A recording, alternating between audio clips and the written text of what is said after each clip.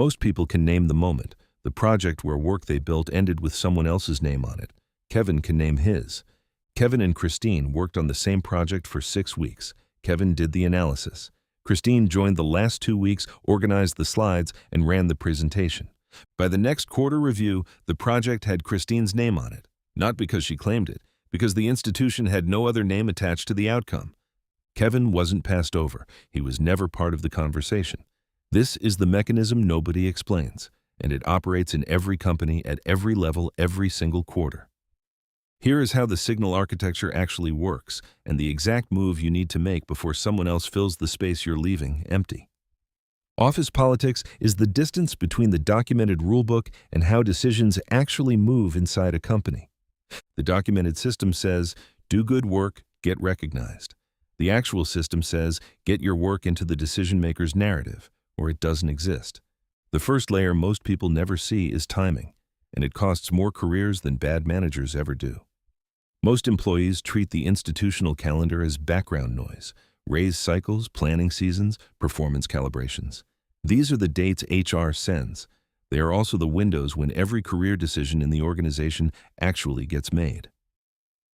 Kevin brings an efficiency proposal to his manager in March, 2 weeks after a hiring freeze announcement. His manager is running 3 restructuring conversations simultaneously. The proposal gets a polite nod and disappears. Kevin concludes the idea wasn't strong enough. Marcus brings the same proposal in February, during the quarterly planning cycle, when his manager is actively collecting efficiency initiatives for the VP review. Same idea, different signal window. Marcus's proposal becomes a Q2 initiative with his name on it. The institution wasn't choosing Marcus over Kevin. It was processing signals that arrived while the decision-making antenna was active. Most organizations run 2 primary collection windows per year, a Q4 planning cycle and a mid-year performance calibration. Budget decisions, headcount calls, project assignments, these concentrate in those windows. A signal that lands during a collection window carries fundamentally different weight than the same signal arriving outside one. Most employees never learn when their organization's windows open. They pitch ideas and make requests at random points in the cycle, then conclude they aren't being valued. They're being processed on a schedule nobody explained to them. The second layer operates inside every team, every week. Managers don't maintain spreadsheets of what each person produced. They construct a story about each employee from the behavioral fragments they've collected: who spoke in the last meeting, whose name appeared on the email thread, who gave a quick update in the hallway 3 months ago. That story gets consulted when a promotion opens, when a budget gets cut, when a new project needs a lead. If your work hasn't generated fragments that entered the story, it reads blurry. Blurry doesn't advance. When headcount shrinks, blurry disappears first. The institution isn't making a judgment about your value. It's using the picture it has. If the picture is incomplete, the decision based on it will be 2. 2 employees, same role, comparable output. One sends their manager a weekly update, 3 bullet points, what they finished, 1 measurable outcome, 1 priority for the following week, 4 sentences, Friday afternoon. The other doesn't. They figure good work is self-evident. 6 months later, the team faces a reduction. The manager has a recent, specific, named picture of what the first employee contributes. The second exists as a general impression, present but indistinct. One name is easy to defend in a meeting. The other is hard to argue for when no one in the room has a clear story to tell. The manager isn't punishing silence. The institution processes signals. No signal, no narrative entry. No narrative entry, no story when the decision arrives. 6 months of strong work with no visible signal produces the same narrative outcome as 6 months of average work with no visible signal. The institution processes what it receives. The third layer is credit, and it doesn't go to whoever worked hardest. Invisible work generates no signal. No signal, no credit. The credit routes to whoever was last attached, by name, to a named outcome at the moment it became a decision. Christine didn't take anything from Kevin. Kevin's 6 weeks lived in a shared folder. No name attached. The presentation had a name. The institution recorded what it received. Kevin's work arrived without a name. The institution filed it accordingly. Stop waiting for the work to speak. No organization at scale tracks output that isn't attached to a named, visible, recent signal. 3 bullet points, once a week, to your manager. What you worked on. 1 concrete result. What's coming next. Not a brag. Not a performance review.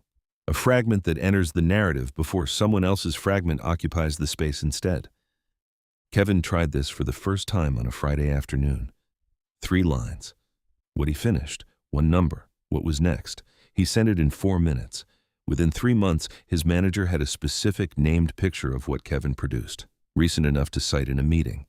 When work you contributed to gets communicated upward, be in the room, present or co-present, asked to present, asked to send the follow-up summary, not to take credit from anyone, because the institution routes the credit label to whoever is visible at the moment.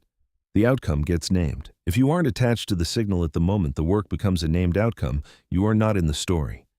2 months earlier, Kevin had let Christine walk into that presentation alone. On timing, Kevin mapped 2 windows, January planning, October calibration. Every request he made after that landed in one of them. A strategic request, a proposal, a direct conversation about your trajectory. These land at different weights depending on where they fall in the institutional calendar. The conversation that disappears in a restructuring month becomes a career decision in a planning month. Kevin went back to his manager 4 months later. Not to relitigate the Christine situation, to have a specific timed conversation, scheduled during the October calibration window. He asked what a strong Q3 looked like for someone at his level. He named 2 contributions from the previous quarter, attached to his specific work. He proposed 1 initiative for the planning cycle ahead. 8 weeks later, Kevin was co-leading the team's next major project. The work hadn't changed. The signal had. You are not losing ground to people who are better at the work. In most cases, you are losing ground to people who understand how the institution processes information. The institution isn't watching. It isn't tracking. It's collecting fragments from whoever sends them and building a story from whatever it finds. You can be the source of that story, or you can hope someone else tells it accurately. But the work alone waits in a folder. The institution will not open it on your behalf. The work needs a name on it. That name is yours to put there. And here is what nobody says out loud. Once you understand how the institution collects signals, you stop defending. You start choosing which story gets built and when. That is not office politics. That is the actual game, the one that was always running, with or without you.